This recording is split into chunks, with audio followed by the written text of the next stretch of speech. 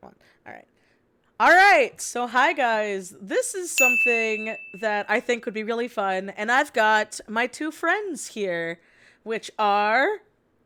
Hi, I'm the Zodiac Lord, or Zodiac. I exist. And.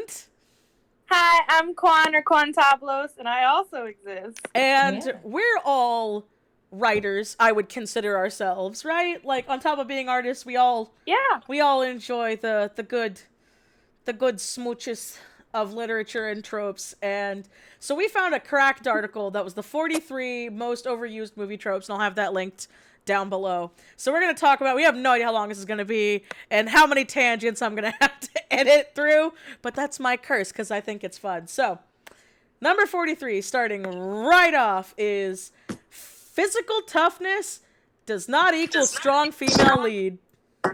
Preach. It's so true. Preach. And I hate it. I can't stand seeing it where, because like I felt bad growing up like a girl. You know, I was always like, yeah, girls could be cool and fight too, but then I'm like, wait, where's her personality? You just gave her a sword.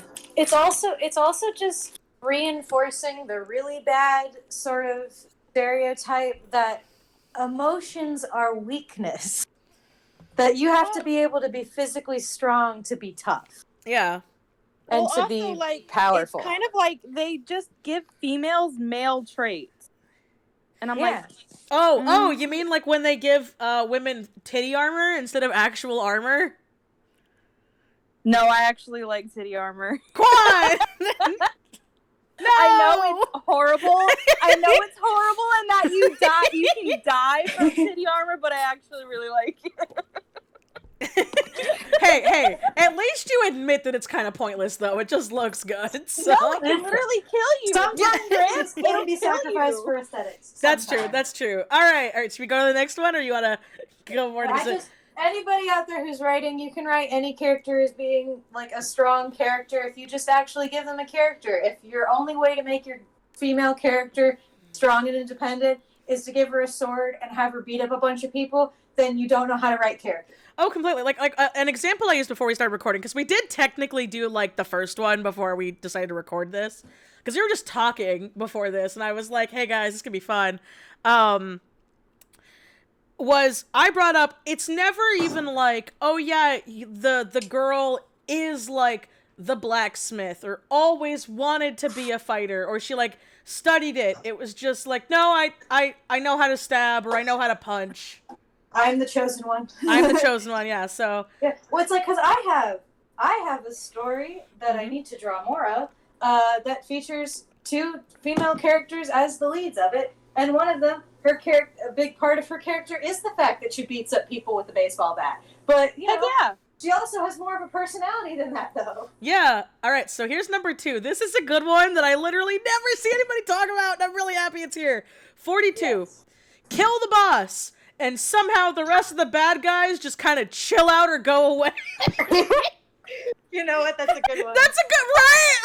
It's like, because that's something that's always did bother me. It's like, wait a minute, yeah, like, what about all the, are all the evil people, like, and I say evil as in, like, movie evil, where it's black and white evil, like, not shades of gray evil. It's like, are you all just gonna suddenly be like, oh, the boss is dead? So we didn't actually want to, like, commit genocide and you know, violent acts on atrocities. We good? In cases where, say, like, everything is, like, there's mind control or some shit involved. But, like, you know, not in cases where it's, like, a complex organization, or even if it's, like, a whole, like, if it's an evil kingdom or something like that. Surely that evil bad guy must have some kind of relative or some kind of something that would feel a vengeance sort of for that, which could make for a very interesting sequel to that. Yeah. You know? This idea of, like, the cycle of revenge is always a fascinating concept. Oh, yeah, completely. That's so unrealistic. Well, no, that's, like, something I liked. That was, like, one of the good things. Time to get canceled. One of the good things about Last of Us 2 and its ending was that it shows, like, the cycle of revenge doesn't end up great. It, you know, you don't end up like happy and content. All right. So number 41. I I guess this one's big. I don't know. I didn't realize it. This is my estranged father. He's a con man. And it's got like Chuck lost psych new girl. I've seen that one before. I guess. I know. I was like, I didn't think that one was that. Like, yeah. That one's hard because that's also not uncommon from real life. Yeah. So like that one's a difficult one because can you really call that a real life, like a trope? Yeah, because it's something that's kind of based a little bit on like reality. A little bit on reality. Obviously, not all estranged fathers are just like con men. Yeah, but that happens a lot. Oh yeah, but that's something I see a lot in media where it's like, or they'll have the like, I have a deadbeat parent that suddenly shows back up, and then people are like, that's so overused. I'm like, but that's like, that happens like a lot in real life. That one's definitely a trope that happens because it happens a lot. Yeah. What do you say, Quan? How do you feel about it? Quan? Like, I don't know. I know what they mean by a con man. Like, when I think about it, I think about, like, Sour Cream and his dad, Marty or whatever. Oh, yeah. It's That's what I think. Like, he only comes around to use the kid. And that's what, like, I'm thinking of. That's what I think. Like, but looking at the list, it's, like, Dexter, like, I wouldn't consider Dexter like his dad was a con man. Like, he lied, but I mean, like that. The example seems weird because I also thought of like Sour Cream's dad and something like that, where it's like I'm literally just doing this to like benefit me and not you. So that is something that there's so many, and that's not even just like dads. Like, there's been moms who will do that. Well, they'll suddenly show up in their kids' lives again because they want something out of it. Oh yeah, completely. Not because they actually like give a shit about their kids all of a sudden. So like that one I don't feel like is so much of a trope as that's just something that unfortunately happens more than it should. Yeah, like I mean that was a big thing that happened in Stranger Things where like the dad like came in the picture when spoiler for Stranger Things season 1 when Will Byers died and the dad showed back up and they were all like, "Oh, wow, you're actually being here to like help mourn your dead son, that's great." But then it was like, no, I'm actually out here to like sue the company that like he died in the rock quarry and like make millions of dollars off of it. Like, I didn't care he actually died. I'm just like, I can make money off of this. It's like that's grody. People do that, but I don't really think it's an overused trope. Maybe that's just me, but also I think it depends on execution. You know what I mean? Oh, completely. Yeah, like, I agree. I know I can actually give a good example. It's not the same because it's not following like the kid and the parent comes back in their life. It's more the other way around. It's actually following the dad who is now a better person and is trying to reconnect with his kids. But it's a D&D thing, but there's a D&D campaign called The Unsleeping City. And there's a character in there who, I won't spoil exactly who it is if anyone actually starts watching it, but their whole thing was that they actually used to be a sleazy guy on Wall Street who conned people out of their money and stuff like that. And it ended up like, as far as the kids are aware, disappeared from their lives because like after all that happened, after like stealing their money and all that, like, and it's so they're obviously both the kids handled it differently, but now the dad's like a better person now. He's learned his lesson, but he has not reconnected with his sons. But it's like, so that's an example where it's like the whole idea of like, but the dad was a con man, but it's really well. So I think that's just a trope that depends very much on who executes it and how it's written. But it's also not one that's uncommon in reality. Oh, yeah. So here's the next one, though. I do like this one. You guys ready for this one? Yes, I like this one. I see this one. All right. It's number 40. To get the girl, save her life. Of course. Yes. What other way do you pick up women? Yes. Obviously. It's like you can't already have a pre-established relationship. You can't save someone's life if it's not platonic. Mm-hmm. Oh, yeah. You can't just save your friends. Oh, yeah, or it's like, we were always like friends or buddies or whatever, but then like, you conveniently saved my life for a thing. You saved me, now we're in love. Yeah, now it's like, wait, wow, it's like, oh my gosh, you know what, guys, you know that rule. So if I'm about to walk into traffic and a car's gonna hit me, you guys can't pull me out because I'm gonna fall in love with you. That's what that means. You can't save my life. Dang. Yeah, I agree. I don't like that trope. I mean, I should disclaimer to anybody who's watching this, just because we didn't say this before. None of these tropes are just inherently bad, or it means that you can't write them because we're kind of like poking fun at a few of them. This is just our own opinions on certain tropes that we do and don't like. Yeah. If you're somebody who really wants to write something of like guy saves the girl, do it. That's fine. Like, or switch it. Have girl saves the guy. Like that's just do whatever you want and whatever brings you joy and whatever. It's writing and stories should be an escapism. They shouldn't be like totally based on what the mass population believes in. No, completely. You know what I mean? Yeah, because if you do a thing where you have a story with no tropes, your story's gonna be boring as dirt. There's gonna be no point to it. You're probably gonna run into a trope or two. Yeah, and there's probably some that you don't even know about. You're right, and that's fine. I think we're talking more about like the extremes, because like that's what I've seen in like the examples that kind of have, except for like Beast and Belle, in my opinion, where it's like oh yeah, we were just normies, but then you saved my life this one time, and it's like, oh, now you're attractive. It's like, that's kind of weird. Like, that's the extreme we're talking about. Like, it's not really, like, in fact, Beauty and the Beast is actually an example of this where it's not atrocious, because at least in Beauty and the Beast there was build up to that. That's what I'm saying. Saving her life and protecting her is a sign of his own character growth. Yeah, no, less than it's just, oh, I'm saving the girl and now she's in love with me. Yeah, no, but that's what I was saying. Like, I was saying, except for that, because it's like that scene, the wolf scene, that happened later on. That didn't happen like right when she like. So any trope can be executed with the correct writer behind it. Yes. All right. So number 39. Don't trust anybody. Later, I told you not to trust anybody.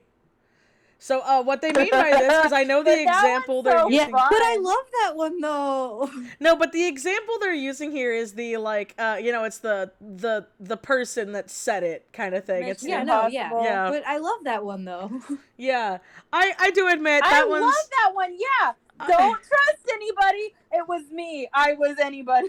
Because that's something, it's like, listen, that gets me all the time. Because here's the thing. That one has to be done in a story where you're like immersed into it. Because you need to like, have as much misplaced trust in that character as the main character does. I think a good example of when it's done right is when you genuinely cannot tell the person's being evil. Because a lot of times, I think the reason why they're saying it's overused is, like, they have the guy from Iron Man 1, where I'm like, that guy was, like, openly evil. When Tony was like, hey, I don't want to do, like, weapons anymore. And he's like, all right, Tony, we won't do weapons anymore. Tony leaves, so we're still selling weapons. I don't care what he says. It's like, oh, you're evil then, buddy. Like it's you're not even. I should like, also clarify for everybody who's watching. I don't know what you have on screen for them right now, but these don't have descriptions. These are just like the titles of it and with some examples. Oh no, I'm gonna throw random art in the background. I'm gonna have the article linked down below so they can like see the article. I should just clarify. We're not like guessing at these without reading it. There's like literally no text explaining what the person means by this. And so we're kind of just going off the examples and the phrase given. Yeah, and like the examples and the pictures they have. Like the strong female one, me and Quan were talking about this before we recorded. I disagreed with some of the women in the photo. Like they had like Fiona from Shrek, where she's a very deep, complex character who is also strong. So it's like some of them are like, hit or miss, obviously. So that's my thing. I love the trope when you like genuinely don't see the plot twist coming, but when it's like really blatant that it's like this person's gonna be evil later. Yeah. Well, it's like I feel like Coco does it pretty well. Like they don't say the whole thing. Yeah, don't trust anybody. Oh yeah, because I saw someone explain in Coco where like if what's his name? If the guy was like completely evil, like fully evil, he would have just like let Miguel drown. Cause like, but it's like he's an asshole, and it's like also just the idea of like, why would you ever, if you're like totally immersed in the story and you're seeing it from Miguel's perspective, why would you ever believe that your idol is that shitty of a person? Yeah, especially when they're good twist. I mean, I guess if this person's discussing like they just don't like that specific quote to go along with it. I guess that makes sense. I could see that. I could see that. If they're tired of hearing that. Because I'm sure, I guess, if you hear that enough times, that anytime somebody says don't trust anybody, then you're like, oh, so now I know the twist. Mm-hmm. But, so in that regard, I get it. But I also, it's also like one of my favorite fucking tropes. It's just like, I have to, like, but then it gets to the point where you can use it. You can use it, like, to get them. Like, it's so overused that you can use it in the opposite way. Like, don't trust anybody, and you're like, ooh, they're sus, I can't trust them. Yeah. And then boom, they're good. All right, No, let's don't see. worry. They're Okay, good guys. do you guys want to pass off? Do one of you guys want to read? Sure, read them? I can All read. right, we're on 38. Divorces have a tough time getting. Or wait, Divorcees. is it divorces or no, divorcees have a tough time. Yeah. Divorcees have a tough time getting along. Wacky illegal antics / large-scale tragedy ensues. Hooray! No more marriage problems. Okay, Oh, I will God. admit, I kind of hold admit. on. No, I Are can't. they insinuating that getting a divorce ends the world in that middle picture? Oh my God. No, I think Is that this is that about, end of the world movie? oh, It's you're gotta having be. marriage problems, and then you you have this you basically have trauma bonding, and now your marriage problems. Yeah, no, because that one's from one of my favorite movies. That one's from 2012. I know that movie, and it ended where they got on the boat, and the only reason they also got back together in that movie was because, like, okay, in 2012, spoiler for 2012, her current husband dies in a really horrific way. So it's like, oh yeah, he's kind of a jerk now, but also it's like, oh, he's also dead and out of the picture. Wacky convenience. Because I agree with that. It's like, oh yeah, we're like divorced or having marriage problems or something, and then really weird. That's just a bad message to send. Because yes, there are rare occasions where people divorce and then they get back together later, but 90% of the time that does not happen. Yeah, and it's also usually done over a longer period of time. Like, in most cases, most of these movies, they weren't divorced long. Like, it was maybe 2 years max, which, okay, to people listening right now, that's not a long time to be divorced from somebody. 2 years, I've been in a long-term relationship, and I think if something like that were to happen, it would take a lot longer than that for us to get we're going on tangents. All right, so gotta cut that. Yeah, we got it. All right, I think this was not a great one to But no, I agree. I don't like that. It's like, oh yeah, I'm okay if it's more like they become friends afterwards, but I don't like that they're like, oh, we have to get back together because trauma bonding. You're right. Yeah. Ooh. I hate the one. I agree with 37 though. I agree with. No, wait. What were you saying, Quan? Oh. I hate it when they do the thing where one of them is super depressed and and the other is yeah. Oh, you mean they'll have a divorcee where it's one person's living in a lavish, wonderful house and the other person's in a shabby, bad apartment that's run down and they got food everywhere and it's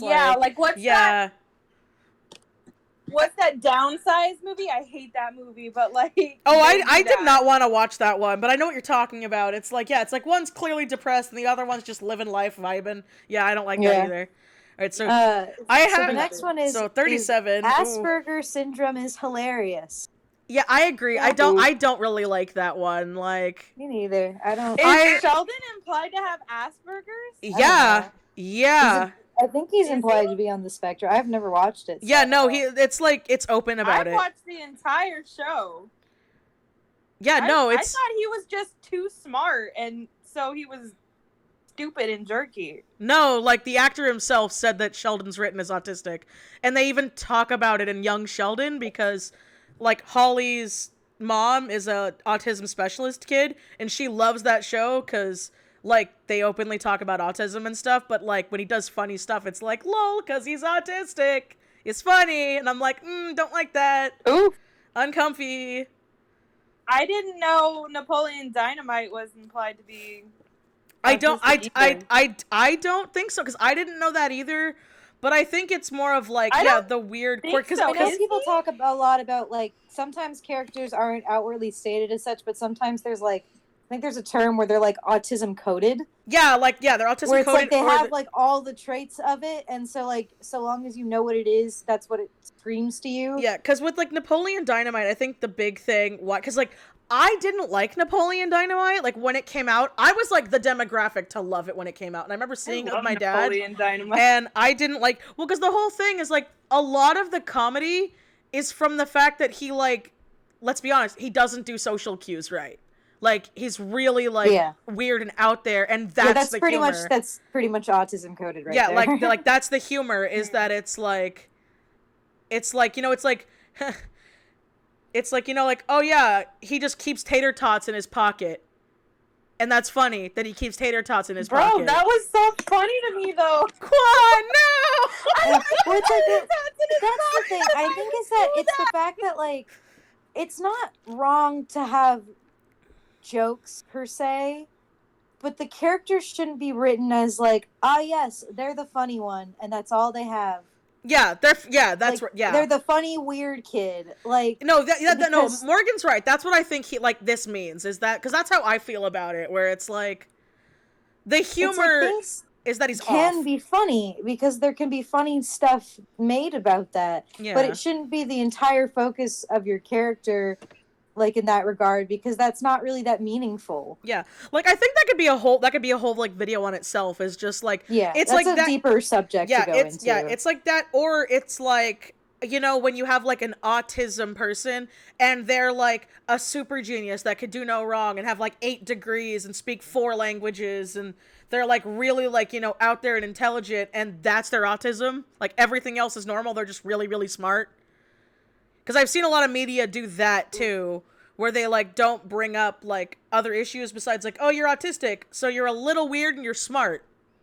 Didn't, like, the Power Rangers movie have, like... They, honestly, okay, so I liked how they did that, because he had autism. No, I did, too. I love that movie, yeah, actually. So, like, I think that's one of the good examples of... positive, like, open autistic representation, because, like, he says it in the movie. Yeah.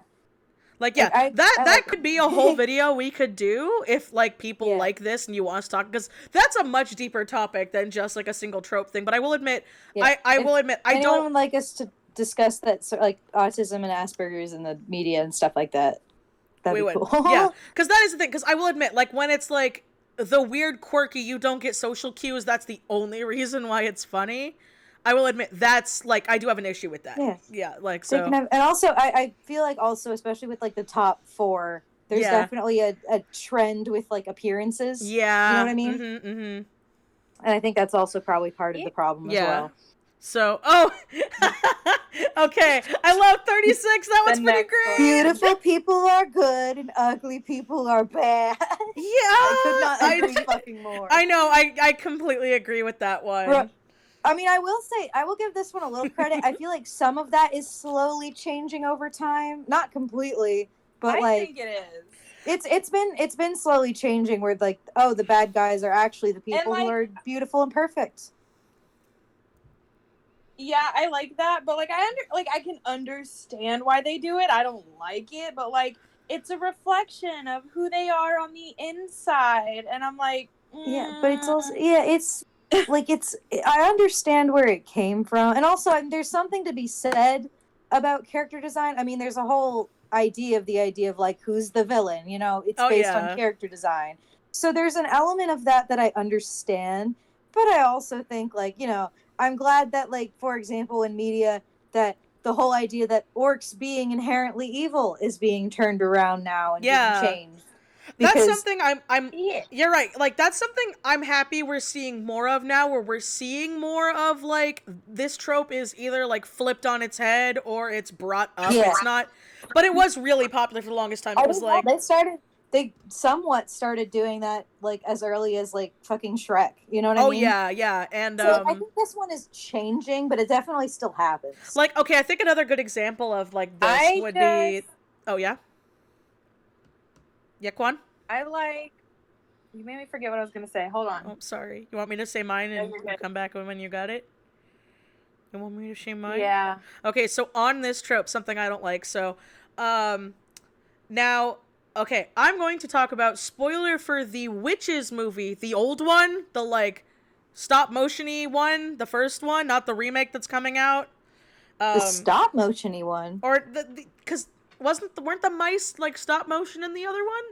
I mean, maybe, I didn't notice. I watched it, I just didn't notice. So, I remember when I watched that movie when I was a kid, the original live-action Witches movie, I remember, like, all the witches were, like, ugly, like, when they took their, like, stuff, spoiler, but I remember getting mad at the end because, like, one of the witches turned good, and she, like, was suddenly pretty. She wasn't, like, ugly anymore. No, wait. But no, because she's wearing her disguise. Oh, she is? Mitchie, I watched that movie somewhat recently. No. In Witches, literally the reason they walk around in wigs and disguises. No, I know that, but I heard that it was implied that because she saved him, like, that became her thing.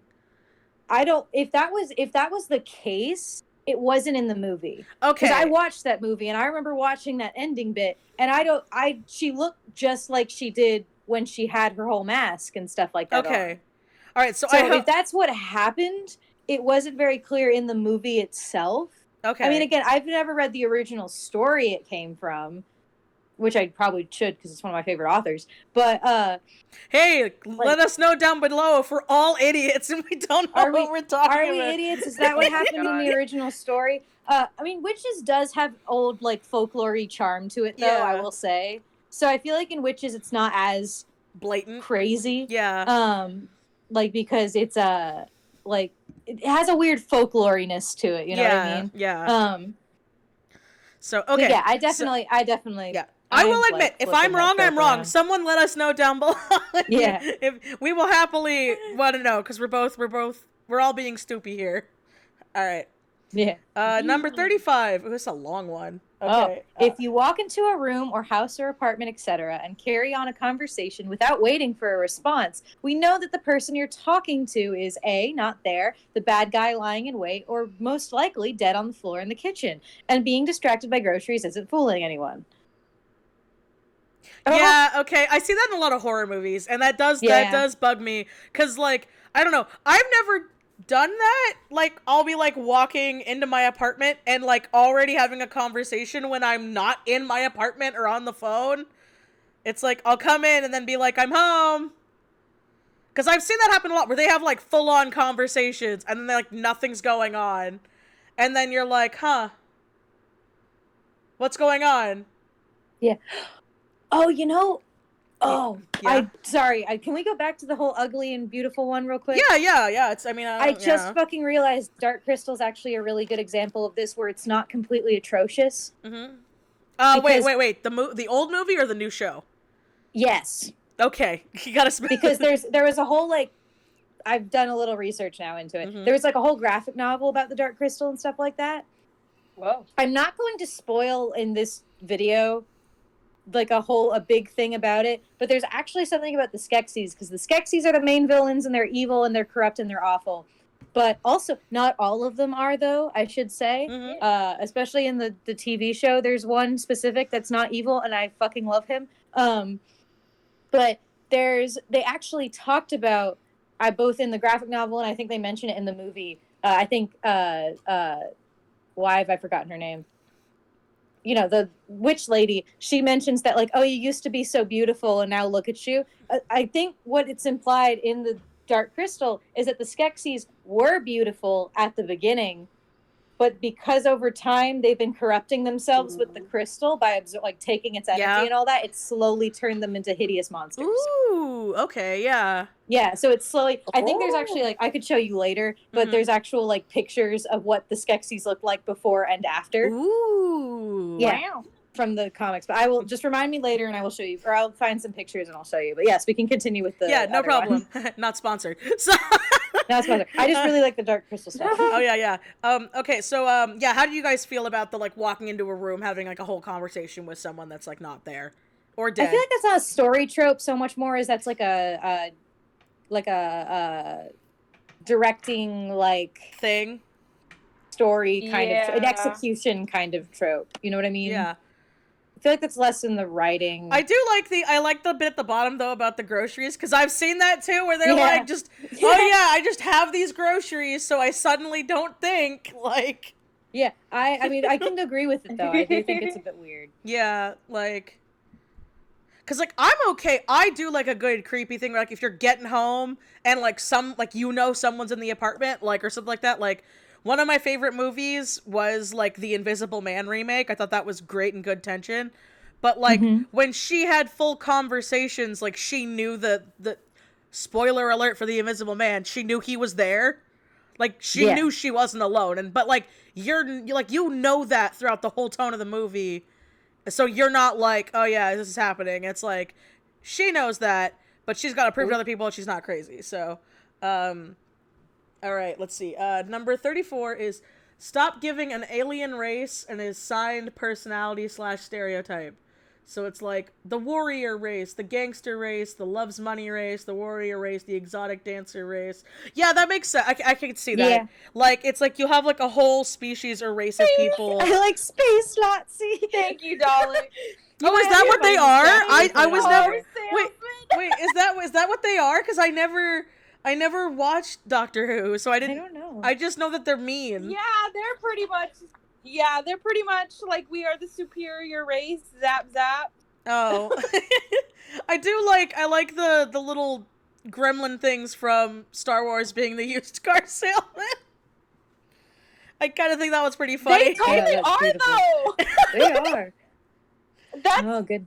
That's them. Yeah, I think I do agree with this because I understand why this is a thing. Yeah. Because it goes back to the whole character design thing. Yeah. But I do agree with the idea that like the fact that whole races are represented in that way is definitely not like it's something that we can grow out of. Oh, completely. Like, yeah. Also, like, I'm not a fan personally of the fact they have Avatar at the bottom where it's like space Native American. I'm like, yeah, that's what they are, but they had like different like people and like priestesses and like hunters and like cultures and stuff. So yeah, I don't think that should be on the list. Again, the Cracked article changes it. It's there on 34. You can see what we're talking about. But like, yeah, all right, let's see. Oh, okay. Who wants to read 33? I'll do it. Okay. Sorry. If I could stop cutting it off. Okay. Hi, I, the bad guy, have cornered you, my heroic nemesis. Now all I have to do is pull this trigger and blow your brains out. I mean, literally nothing can stop me now. Least of all your loyal partner who I just definitely fatally shot. Maybe I should check. It looked pretty fatal. Anyway, as I was saying, all I have to do is shoot, and you're dead. I win. So are you ready? Because here it comes. Stand by to be dead. I'm pulling the trigger right now. Wow, that was close. Are you okay, buddy? Okay. It's overused, but I really like that one. I always find the monologue trope really funny. Like, oh yeah, I think but that's the thing. I only think it's funny if it's in a comedic context. Oh wait, hold on, Quan. You were saying? Definitely not in the legitimate like the character's just somehow allowed to go on this dramatic monologue for no reason. When it's comedic, I love it, but when it's like dead serious, I'm like, come on, bro. Oh yeah, like it's it's a super serious like thriller movie, and you're just here and you're like. Unless that guy was shot in the head, he's getting back up. I know he's getting back up. Like, the real plot twist would be him not getting back up. Oh yeah, that would be actually pretty interesting. No, you're right. That would be. It's like, oh no, my friend. Interesting.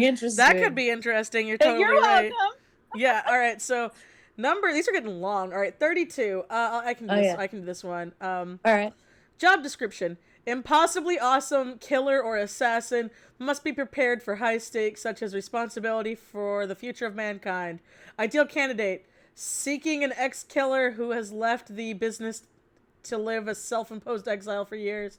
Should be hard to track down for an interview process. Professional skills should be unhoned for years and lack of practice. Mental capacity restricted from years of solitude and age. Preference to the dubious old. No other candidates, please. So, okay, I get what they're saying. So what they're saying is,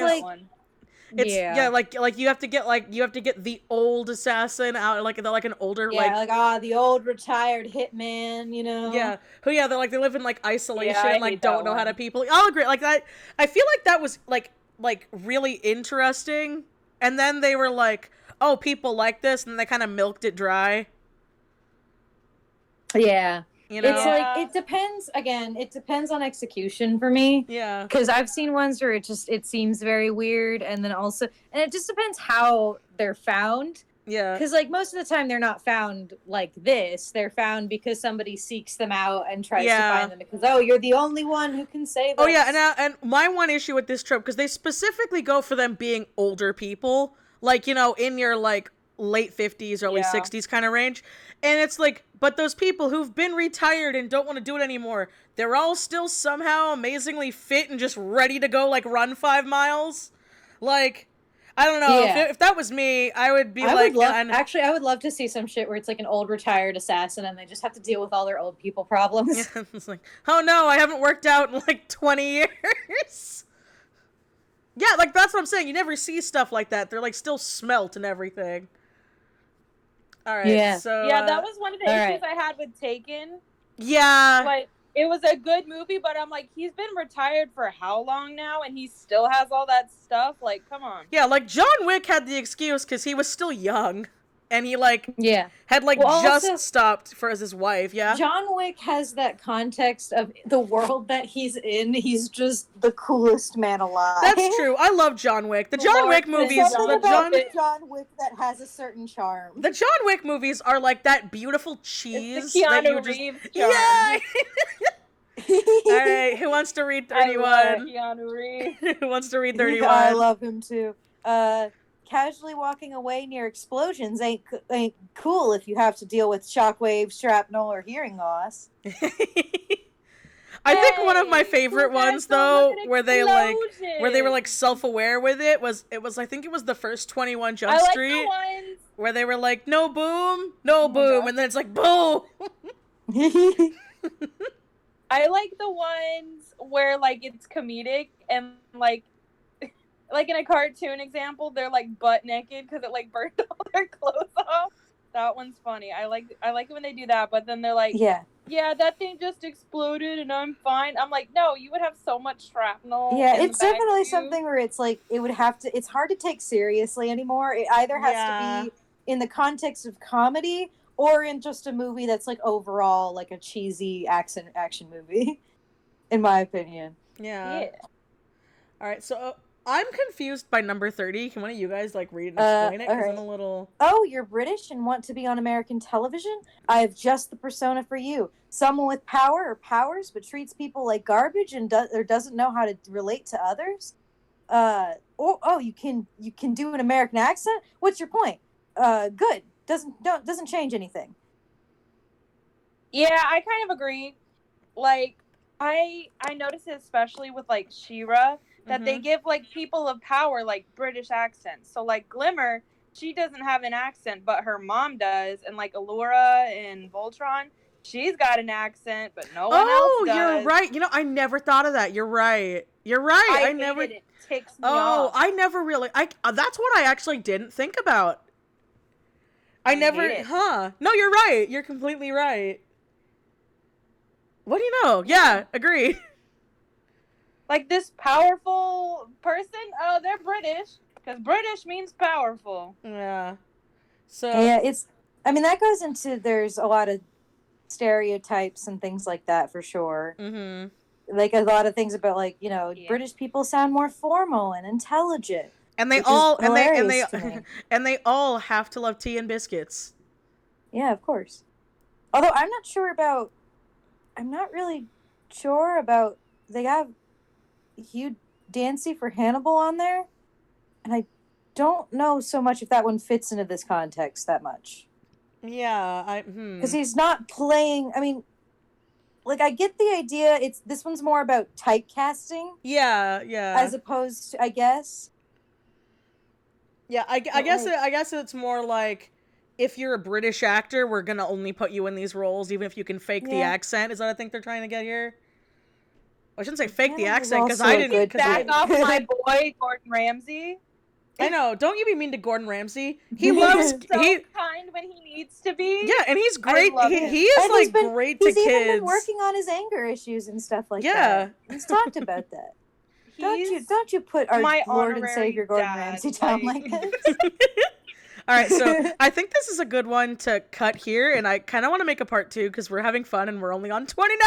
Sure, yeah, go for it. I think this is a good one to end on for this part. Here, we'll take a pause, and you can look at the picture I sent you. Okay. And I can spoil the Dark Crystal if you want. All right. Well, let's get to this one, then I'll look at the picture. So, the next one, the last one for this video, is going to be 29, because this is a pet peeve, I will admit. I'm so sick of it, is all animals are dogs. I hate it. I hate it so much. That was something I loved about, Brave, was that Merida's horse was a horse. It was a horse.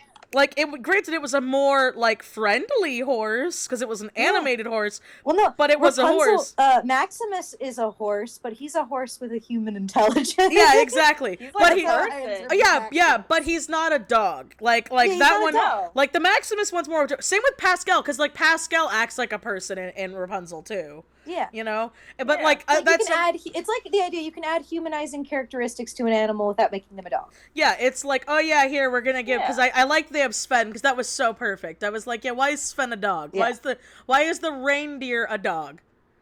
Every time I see Sven now, all I can think of is Kristoff's fucking love ballad. Okay. First of all, Lost in the Woods is the best. Lost in the Wood is a masterpiece. It's beautiful. It's great, and I love it, and you need to watch it on YouTube right now. But you need to watch the music video that goes with it, okay? Yeah, you need from to. It's required. From the official Disney one. Just trust me. It's great. Yes. It's one of the best things about Frozen 2.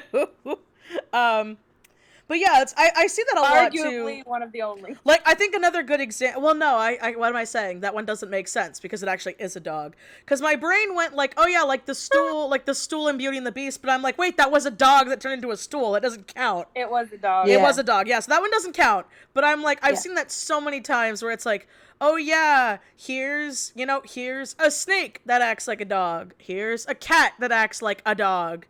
But a dog. Listen, I like jokingly calling all animals a dog, but I don't think they act like it. Listen, I will look a crocodile in the eye and call it a big puppy.